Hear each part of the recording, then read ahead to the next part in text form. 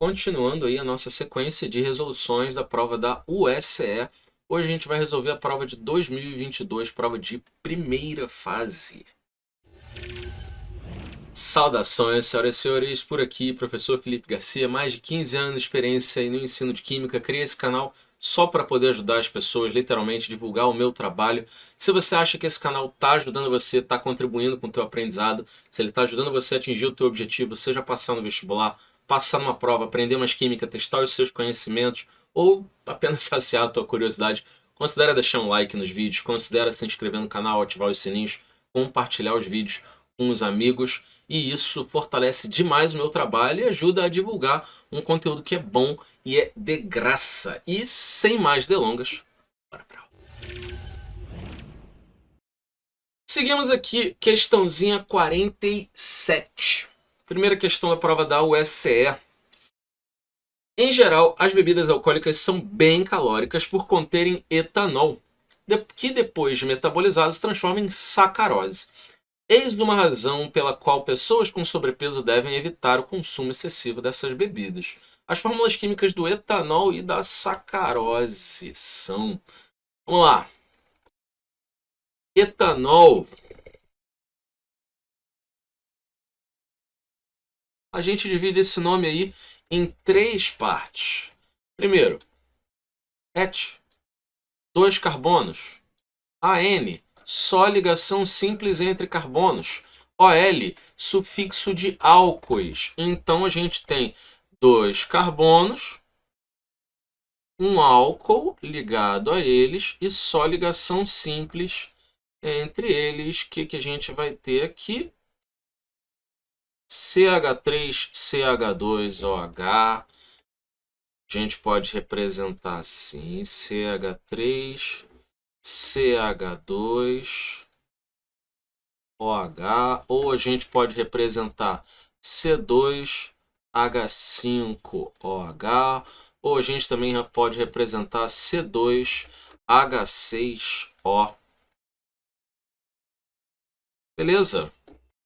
Lembrando que essa última forma aqui, ela não deixa distinto se eu estou falando de um éter ou se eu estou falando do etanol. Mas, de qualquer forma, é uma fórmula molecular que é válida para o etanol também. Beleza?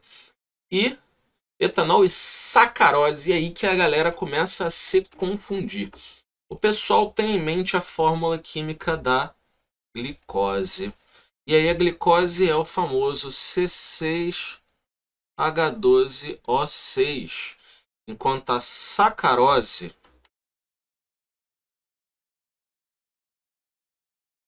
vai ser C12H22O11. Beleza? Então, Felipe, eu tenho que saber essas fórmulas de cabeça. Essa fórmula, essa prova cobra muita coisa que você tem que saber de cabeça. E essa aqui é uma das mais light, né? Então, o que a gente está querendo aqui é a fórmula da sacarose. Sacarose é o açúcar de mesa, beleza? Então, a gente está falando de um disacarídeo, né? Um monossacarídeo, um disacarídeo. Beleza? Então, fórmulas do etanol e da sacarose. CH3OH, errou. Letra A aqui, furada. Letra B, C2H6O, ok, mas C6H12O6, não, isso aqui é glicose. Isso aqui em cima nem glicose é. Embaixo, etanol e perfeito. Então a letra C é a nossa respostinha. E na letra D, ele até acerta a sacarose, mas o etanol não tem 3 carbonos, tem 2. Beleza? Então gabaritinho aí, letra C. Simbora de 48. As tatuagens, nem sei o que são, consistem na introdução na derme com auxílio de agulhas de pigmentos que ficam retidos nas células da pele. Para a obtenção de variadas cores, usam-se os seguintes pigmentos: sais de cobalto para obter a cor azul, sais de crômio para obter a cor verde, sais de ferro para obter as cores marrom e rosa, sulfeto de mercúrio para obter a cor preta, que também é um sal, por sinal, sais de cádmio para obter a cor amarela, óxido de titânio para obter a cor branca.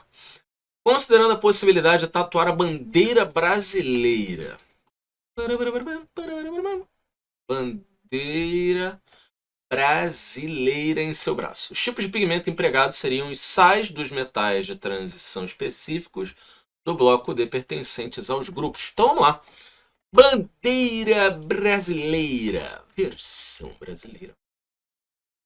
A gente tem aí o verde. Verde é quem?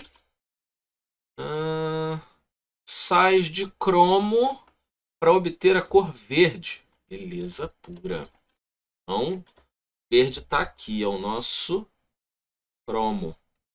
Beleza. O que mais? Azul, sal de cobalto.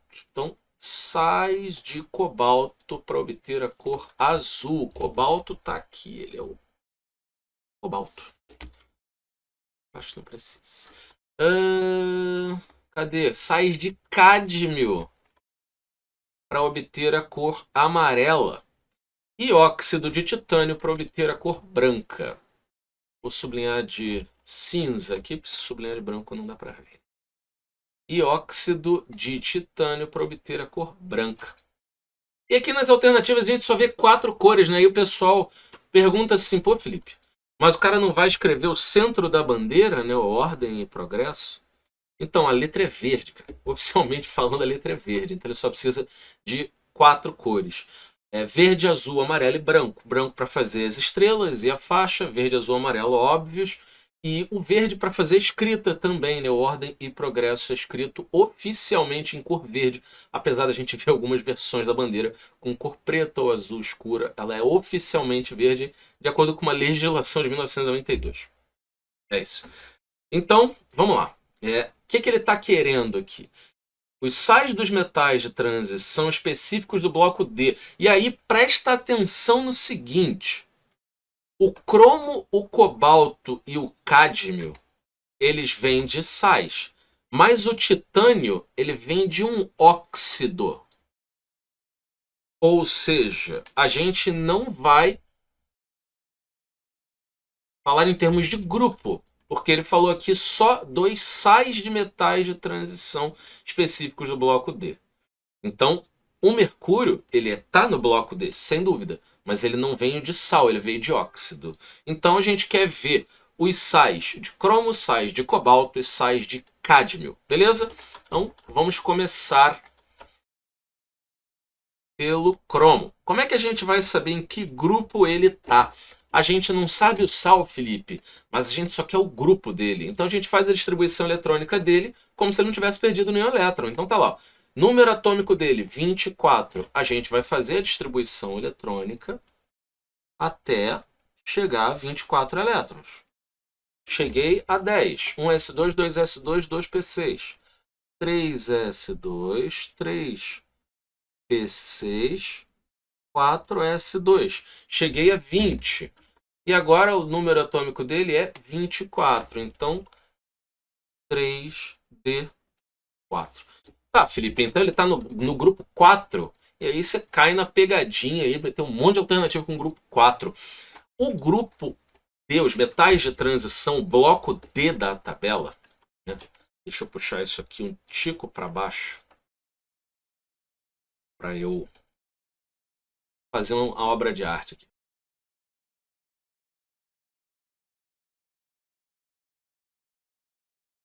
Obviamente, totalmente fora de proporção, mas o importante é a representação. Beleza.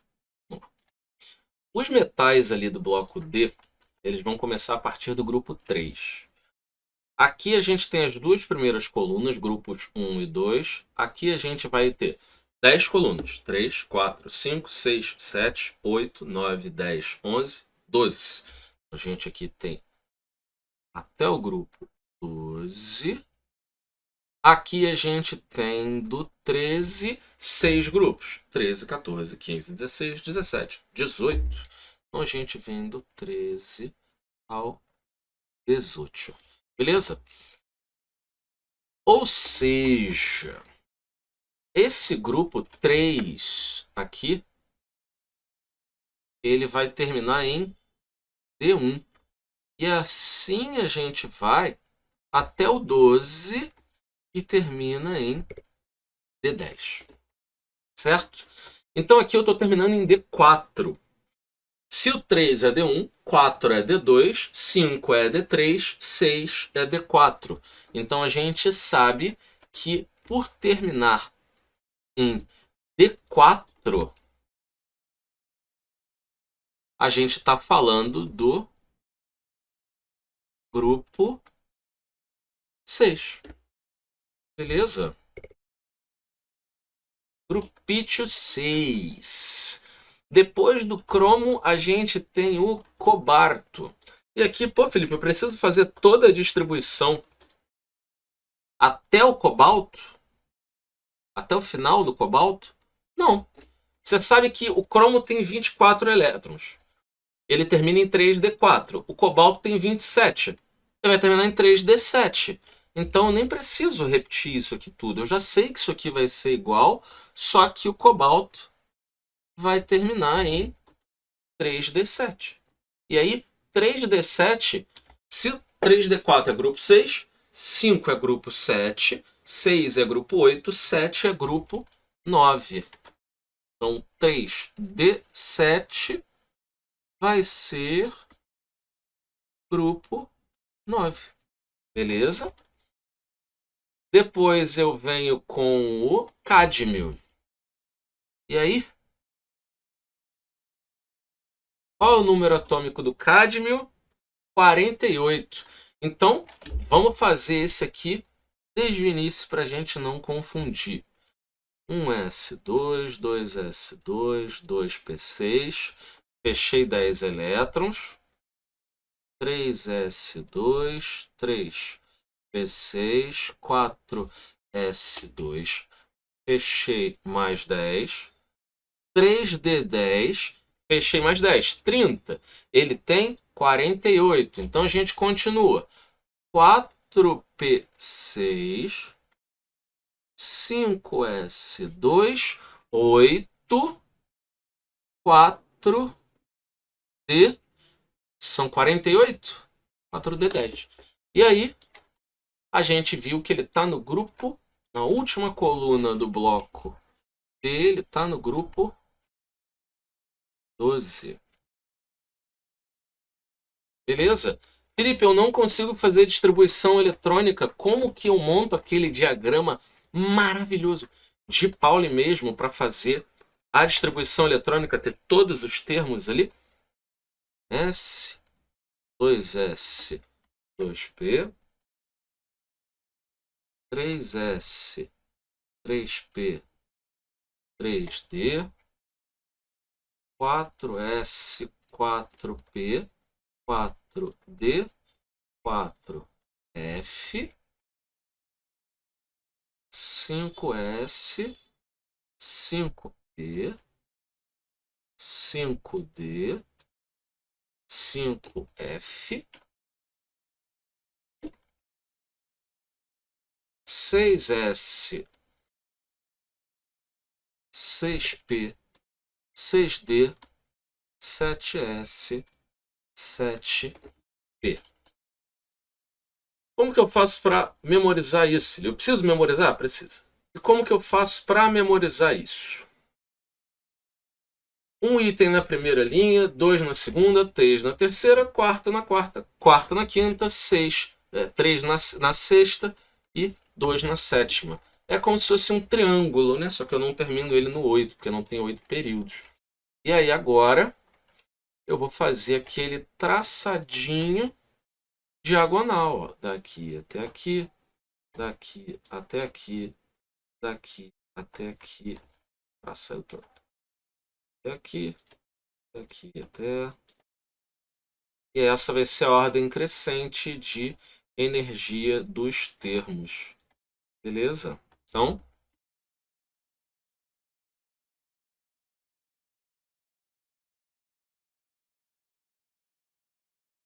aqui, ó, posso dar uma charme aqui. Olha que interessante. Então, 1S, 2S, 2P, 3S, 3P, 4S, 3D, 4P, 5S. Então, aqui a gente tem 3D, 4P, 5S. E depois do 5S, quem vem? 4D, depois viria o 5P, depois o 6S, beleza? Então aqui o que a gente está falando são grupos 6, 9 e 12 e óxido de titânio. Nossa respostinha final é exatamente essa. Titânio, ele está no grupo 4, mas ele não é um sal. E ele aqui só quer os sais dos metais de transição e óxido de titânio. Óxido de titânio é sal, é óxido. Beleza? E é isso, senhores. Se ficou alguma dúvida, manda. Essa foi a segunda questão. Química verde é um ramo da química que busca diminuir ou eliminar o uso de substâncias que promovem poluição, bem como recuperar a qualidade do meio ambiente. Foi definida pela primeira vez em 1991 por John Warner e Paul Anastas, membros da Agência Ambiental Norte-Americana Environmental Protection Agency, de acordo com a Química Verde. Obrigado. O que é a química verde, gente? É a gente diminuir a quantidade de resíduos depois de uma reação química, depois de um processo de síntese, diminuir a utilização de metais pesados em processos químicos, né? Procurar usar fontes renováveis de reagentes, né? Dentre outras muitas coisas. Número 1, utilizar reagentes não renováveis. Aí fica meio óbvio que isso aqui não tem nada a ver com a química verde. Diminuir a perda de materiais, ok, mas reagentes não renováveis? Não, a gente sempre quer algo que é renovável, para que a gente extraia o mínimo possível da natureza. 2. Aprimorar processos naturais de síntese. Perfeito. Processos naturais vão normalmente gerar coisas que a gente consome sem precisar de algo que a gente produza antes para poder produzir aquilo. É um processo natural de síntese, então a gente não precisa criar nada para que aquele processo ocorra, ele já é um processo natural. E 2, desenvolver condições para que as reações químicas tenham maior rendimento e produzam menos impurezas. E impurezas, ele está falando aí dos resíduos, né, de coisas que a gente não vai utilizar depois que a reação é feita, e a gente vai ter que fazer um descarte. E aí, a gente quer que tenha o menos possível de resíduo para que a gente faça o mínimo possível de descarte, né? A gente está sempre querendo utilizar para que a gente extraia menos possível do ambiente. Beleza? Então, estão corretas complementações contidas em 2 e 3 apenas. Beleza? Essa aqui, bem fácil. Reações orgânicas ocorrem em compostos orgânicos cujos tipos são identificados mediante a quebra de moléculas, dando origem a novas ligações químicas. Considerando as reações orgânicas apresentadas a seguir, assinale a opção que apresenta a correta associação entre a reação orgânica e seu tipo. Letra A. Letra A está rolando uma substituição do cloro pelo ciano, pelo cianeto, né? Que vai formar uma nitrila, né? Síntese de nitrilas. É uma adição? Não, não. É uma substituição, né? A gente está vendo aqui na letra A. Na letra A, o cloro, né, o CH3Cl,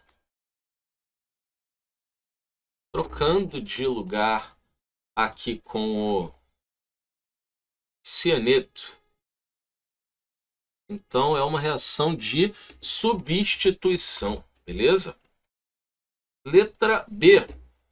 Letra B é uma reação de oxidação. Sempre que tiver esse ozinho aqui, ozinho, a gente está pensando em oxidação. E nesse caso aqui, é uma oxidação branda de alcenos, beleza? O que está rolando aqui? A gente tem um composto que é o eteno, e a gente está fazendo uma oxidaçãozinha nele, e aí a gente introduz essas duas hidroxilas. Essa senhora ficou muito feia. E vão estar ligadas aos carbonos, né? Esses carbonos são CH2, né? E são hidrogênios. Beleza? Oxidação branda de alcenos. Então não é uma redução. Essa aqui não é uma adição, essa aqui não é uma redução. A letra C, desidratação de álcoois. Com certeza é uma eliminação. Uma desidratação intramolecular. E aí a gente vai ter o alceno formado, C2H4 mais água. Ele não representou as estruturas, né? A gente tem aqui CH2, CH3, CH2, OH. A gente tem aqui o nosso eteno e água, né? É uma desidratação intra, que é, de fato, uma eliminação. Desidratação que ocorre aí dentro da própria molécula, não é uma molécula com outra, né? Então, desidratação intra. Se fosse entre duas moléculas, seria intermolecular. Beleza? Desidratação intramolecular, aí o agente normalmente desidratante ácido sulfúrico, temperatura aí maior, né, 170 graus. E a letra D, então letra C, nosso gabarito, e a letra D vai ser uma hidratação de alceno, uma hidrogenação catalítica de alceno, reação de Sabatier-Senderens. A gente tem aí uma reação de adição típica, né? Onde a gente também poderia classificar como redução. A gente tem aí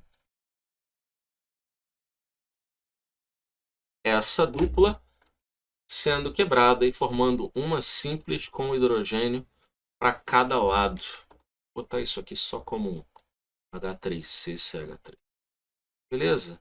Isso aqui é uma adição. Então, essa primeira aqui é uma substituição. Essa segunda é uma oxidação. A terceira é a desidratação, que é de fato uma eliminação. E a última é uma hidrogenação. Uma hidrogenação,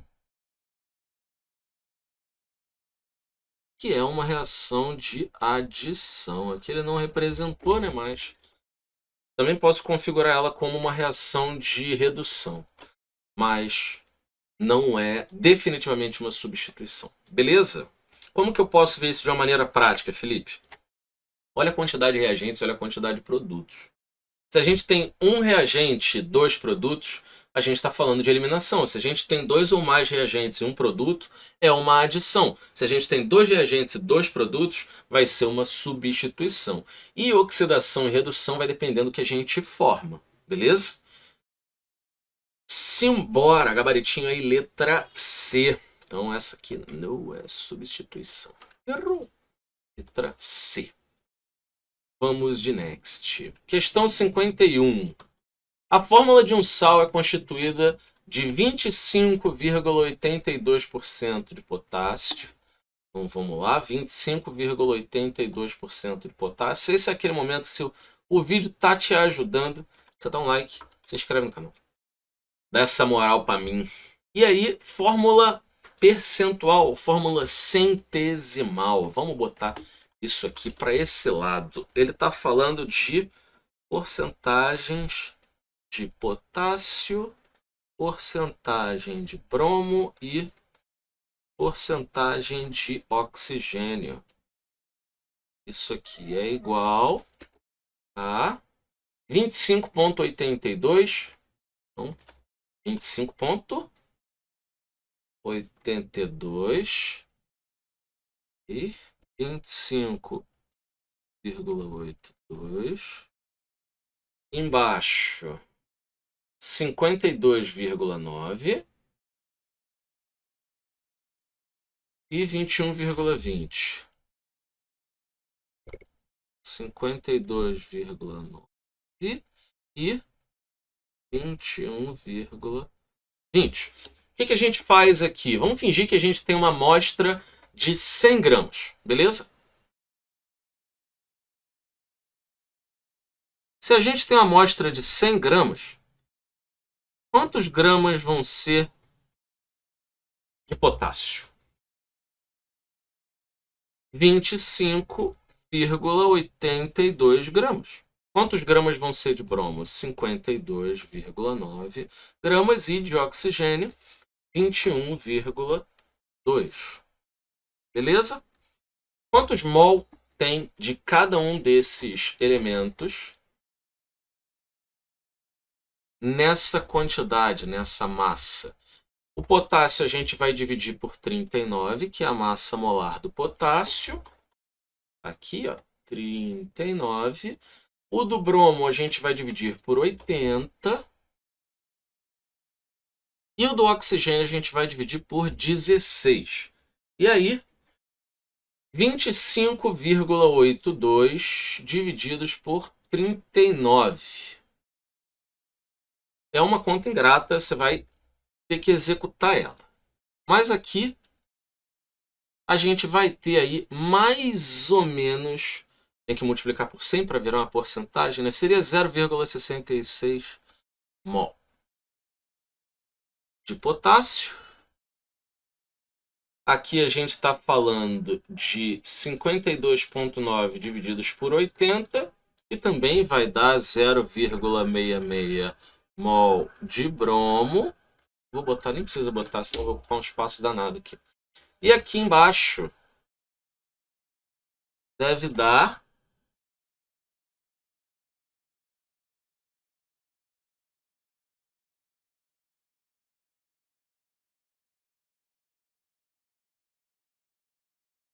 1,325.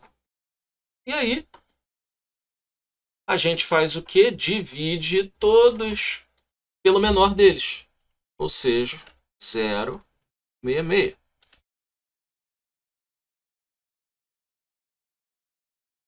E aqui a gente vai obter 1 e aproximadamente 2. O que quer dizer isso? Que a fórmula desse sal vai ser KBrO2.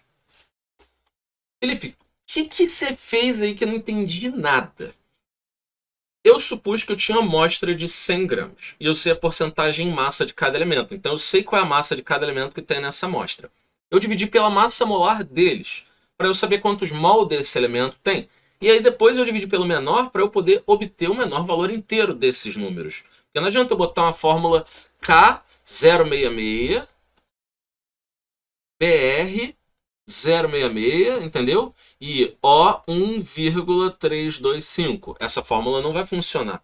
Então o que eu estou fazendo? Eu estou dividindo pelo menor deles para eu achar um número inteiro que eles tenham a mesma proporção.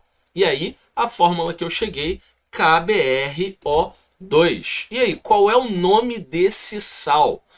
Vamos lá. Potássio NOx mais 1. Deixa eu botar isso de outra cor. Vou botar azul. Potássio NOx mais 1. Oxigênio NOx menos 2, bromo NOx, se aqui menos 2 vezes 2 menos 4, mais 1, NOx mais 3. Bromo com NOx mais 3 veio do ácido bromoso. Ácido bromoso, que é o HBrO2. Oso, na nomenclatura de sal, vai virar ito. E o que é o ito? É o BrO2 menos, o meu bromito. KBrO2 vai ser o bromito de potássio. Beleza? Então, aqui a gente vai ter o bromito de potássio. Este é o nome do meu sal. Felipe, eu não faço a menor ideia de como calcular NOx, de como dar nome para ácido.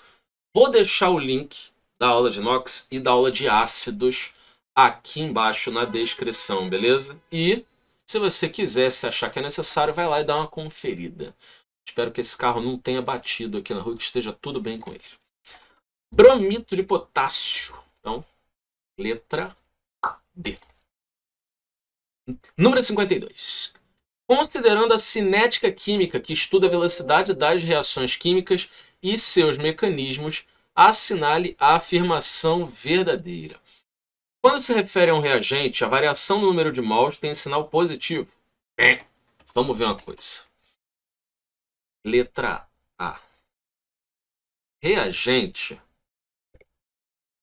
é uma espécie que vai ser o quê? Consumida, certo? Sendo consumida, e sabendo que o delta N, é igual ao número de mols final menos o número de mols inicial, se ele vai ser consumido, o número de mol final dele é menor do que o inicial. Então, se eu sei que o número final, que o N final, é menor do que o número de mols inicial, já que ele é consumido, eu estou falando que o número de mols final menos o número de mols inicial, que é justamente o ΔN, é menor do que zero. Beleza? Então é negativo. Então essa primeira aí está falsa. Sinal positivo. No. Beleza? E o ΔN do produto tem valor negativo. Não, é o contrário. Beleza? Se uma reação é constituída de diversas etapas, sua velocidade será determinada pela etapa mais rápida. Não! Pela etapa mais lenta. A etapa mais lenta é sempre aquela que determina a velocidade. Pensa assim, você está esperando uma amiga ou um amigo para sair. Quem demora mais a se arrumar vai determinar a velocidade com que vocês vão sair. Beleza? Um casal, um está esperando o outro se arrumar. Quem se arruma mais devagar vai determinar em que momento vai sair. Quem se arruma mais rápido vai se arrumar e vai ficar pronto lá esperando. Ou seja, a mesma coisa com as reações químicas. Não adianta. Tem 5 etapas. 4 são ultra rápidas. Tem uma que é lenta. É ela que vai determinar a velocidade. Por quê? Porque todas as outras podem concluir. Enquanto ela não concluir, a reação não conclui. Então, quem determina a velocidade é ela, beleza? E não a mais rápida. Letra C. Os catalisadores não modificam os mecanismos da reação. Nossa senhora, aí não. Não modificam os mecanismos e aumentam o valor da energia de ativação. Galera, tem uma relação que é a seguinte. Energia de ativação ela está diretamente relacionada com a velocidade, beleza? Quanto maior for o valor da energia de ativação, quanto maior for a energia de ativação, menor é a velocidade de uma reação. O que o catalisador faz? O catalisador ele vai modificar o mecanismo da reação.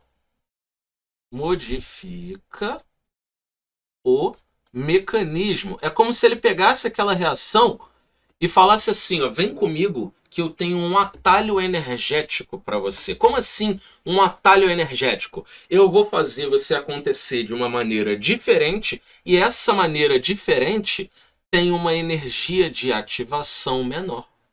Ou seja, com uma menor energia de ativação, eu aumento a velocidade da reação.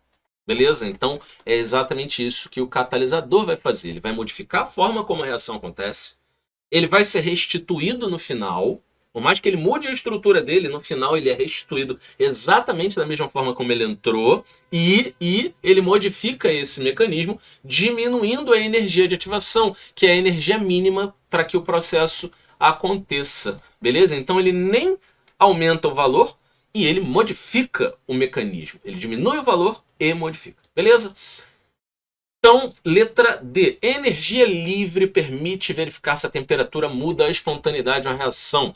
Vamos dar uma olhada aqui nessa letra D.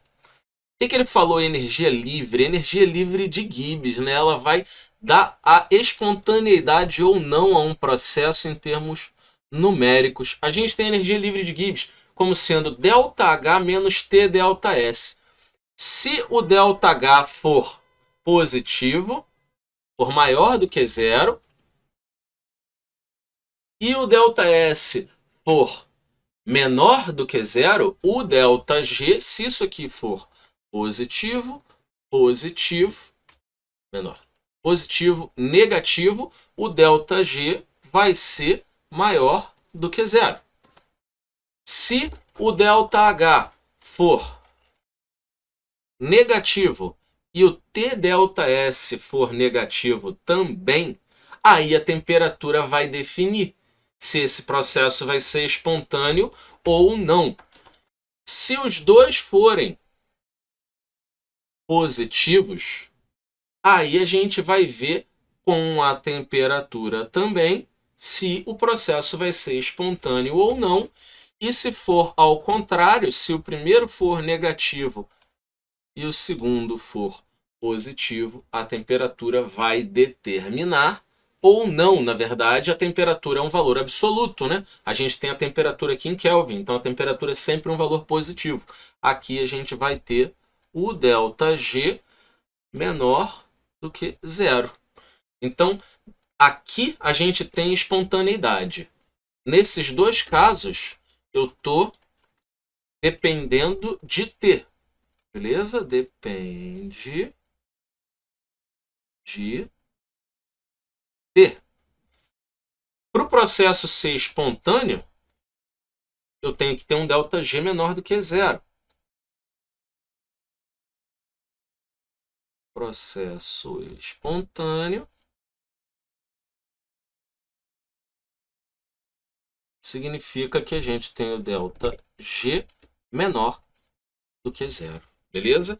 Então, para esse caso aqui de baixo, o ΔG sempre é negativo. Para o de cima, o ΔG sempre é positivo. E para os dois do meio, onde os sinais são todos iguais, ou positivo ou negativo, aí a gente vai depender da temperatura para dizer se esse processo vai ser espontâneo ou não. Então, de fato, energia livre, que é o ΔG, permite verificar se a temperatura muda a espontaneidade de uma reação.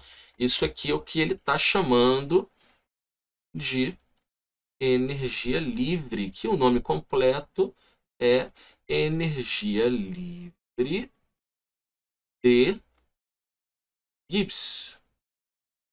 Beleza? Então, essa sem dúvida é a nossa respostinha letra D. Show? Questãozinha 52, easy.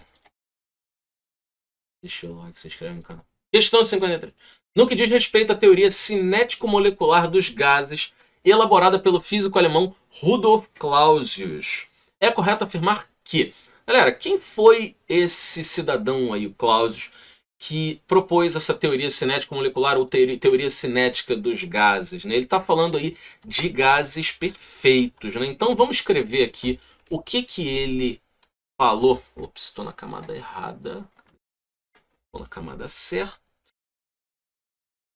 Clausius, não é Clausius. Clausius. Vamos dividir a teoria dele em 5 partes. Vou nem botar essa seta aqui. Vamos lá. O gás ele vai ser constituído por um número grande, indeterminado, mais grande de partículas. Então eu tenho partículas em movimento aleatório, que a gente chama de sistema caótico. Partículas em movimento aleatório. Beleza? Que a gente descreve como um sistema caótico. O que Clausius falou? Dá até para botar uma seta aqui, né? Falou sobre gás.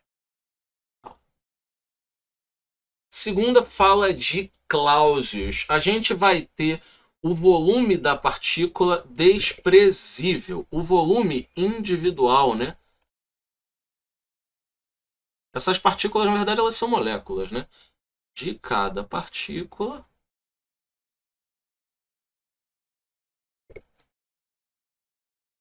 é desprezível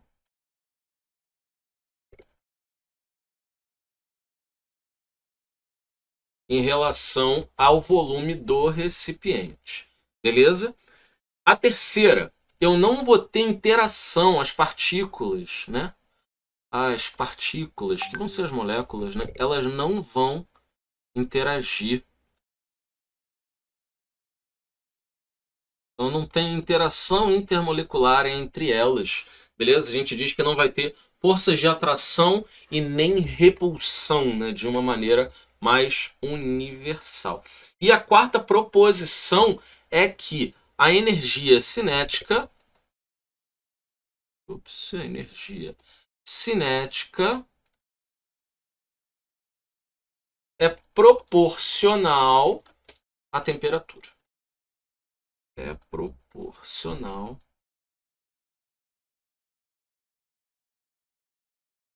à temperatura, beleza?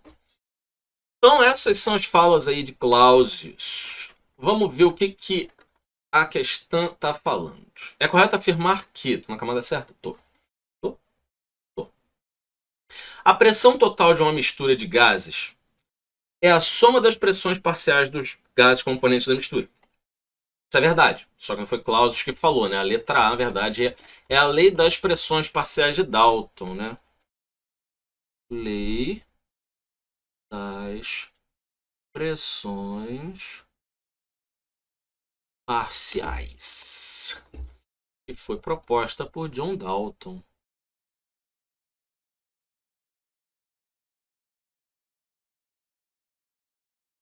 Algumas pessoas chamam de lei de Dalton também, ao invés de lei das pressões parciais de Dalton, beleza? Então, no. Letra B. Volumes iguais de diferentes gases mantidos nas mesmas condições de temperatura e pressão possuem o mesmo número de moléculas. Aí a gente chama a famosa hipótese de Avogadro.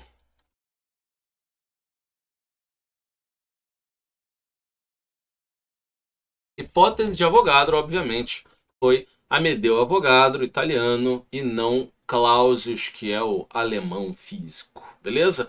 Letra C. Não existem forças de atração entre as moléculas de um gás ideal e nem entre as moléculas do seu recipiente. Perfeito. Perfeito. É ele mesmo. E letra D. Quando dois gases reagem em volumes iguais, o volume final é igual à soma dos volumes dos reagentes. Além disso aqui está errado, né? Não dá para dizer que ele é igual à soma dos volumes dos reagentes, né? A gente consegue exemplificar facilmente aqui, né? Por exemplo, N2 mais 3H2 dando 2NH3. Se eles estiverem nas mesmas condições e tiverem um comportamento ideal, eu vou ter 1 litro disso reagindo com 3 litros disso, dando 2 litros. E não, 1 mais 3 não é 2, né? Isso aqui a gente consegue estudar através da lei volumétrica de dois cientistas, Gay-Lussac.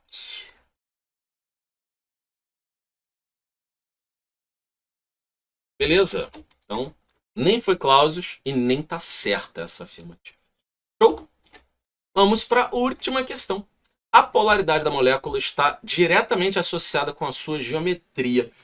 Considerando os compostos apresentados a seguir, assinale a opção que contém somente moléculas apolares. Então, somente moléculas apolares. Sulfeto de hidrogênio e metano. Vamos começar botando essa letra A aqui. Quem é o sulfeto de hidrogênio? Ácido sulfídrico e CH4. Então, ácido sulfídrico seria um análogo da água, né? O enxofre está na mesma família que o oxigênio. Esses pares de elétrons eles vão gerar essa repulsão que vai formar esse ângulo. O metano é uma molécula tetraédrica. Esse triângulozinho que eu coloquei embaixo é um hidrogênio saindo do plano. E o tracejadinho é um hidrogênio entrando no plano. Essa molécula do sulfeto de hidrogênio ou ácido sulfídrico, a gente vai ter ela como polar. Essa molécula do metano, de fato, ela vai ser apolar. Letra B. Disulfeto de carbono e cloreto de berílio. Vamos lá. Letra B. Disulfeto de carbono, CS2 e cloreto de berílio, BeCl2. CS2 é um análogo do CO2. E o átomo de carbono não tem elétrons sobrando no meio. Então, de fato, isso aqui, assim como o CO2, é uma molécula apolar. Beleza? BeCl2. Berílio está lá na família 2A, mas ele é diferentão, né? Ele se estabiliza com 4 elétrons aí. Ele também não vai ter elétrons para além dos que ele usa para se ligar. Então, a gente tem um composto que também é apolar. Esse é o nosso gabarito, mas vamos ver as outras, né? Aqui a gente tem, na primeira, o sulfeto de hidrogênio, que não é apolar. Na letra C, dióxido de carbono, dióxido de enxofre. Na letra C, vamos botar ela aqui que tem espaço. Dióxido de carbono, CO2, e dióxido de enxofre, SO2. CO2, sabemos que é apolar de fato, mas SO2, não. Beleza? A gente tem esse parzinho de elétrons aqui e a gente tem aqui uma molécula apolar e uma molécula polar. Então, dióxido de enxofre é polar. Letra D, pentacloreto de fósforo. Isso aí dá até gosto de desenhar. PCl5 e amônia.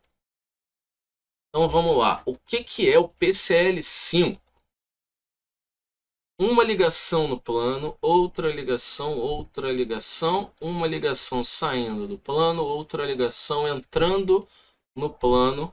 A gente vai ter, de fato, uma molécula apolar, né, Felipe? Que geometria louca é essa? Chama bipirâmide trigonal. Vou desenhar aqui, né, com a liberdade artística, né? Não vai ficar uma coisa muito bonita. Tem aqui um triângulo e aqui a gente vai ter, cadê? Passa um por trás, passa outro aqui, passa outro aqui.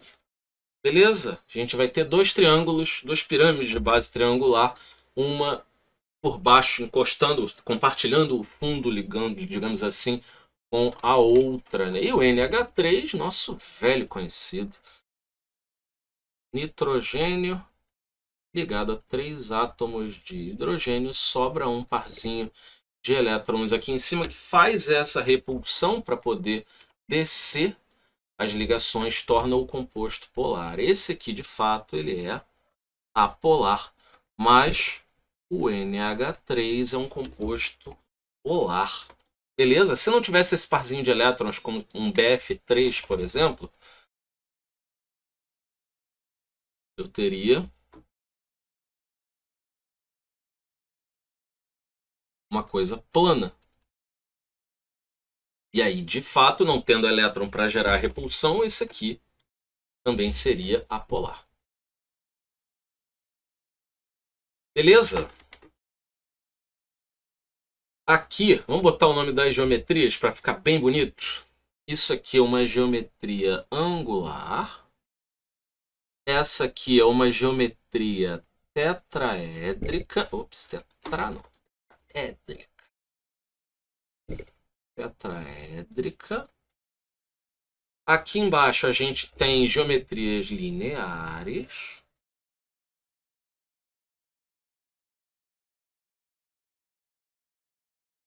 Linear.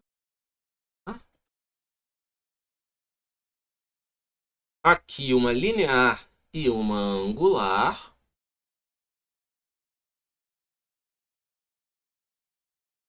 Aqui a gente tem uma bipirâmide trigonal, ou bipiramidal também posso chamar, né? As pessoas falam assim. Aqui a gente tem uma apenas piramidal. E aqui o BF3 é um trigonal plano. Trigonal plano ou trigonal planar. Beleza? E fechamos aí mais uma provinha da USE. Espero que vocês tenham curtido a resolução. Se tiver alguma dúvida, deixa aqui nos comentários. Se tiver sugestão para próximos vídeos, próximas provas a serem resolvidas, manda aí que a gente atende. Demorou? Beijo grande, se cuidem. Quem puder se inscrever, dá o like, etc. Fortalece demais e até a próxima.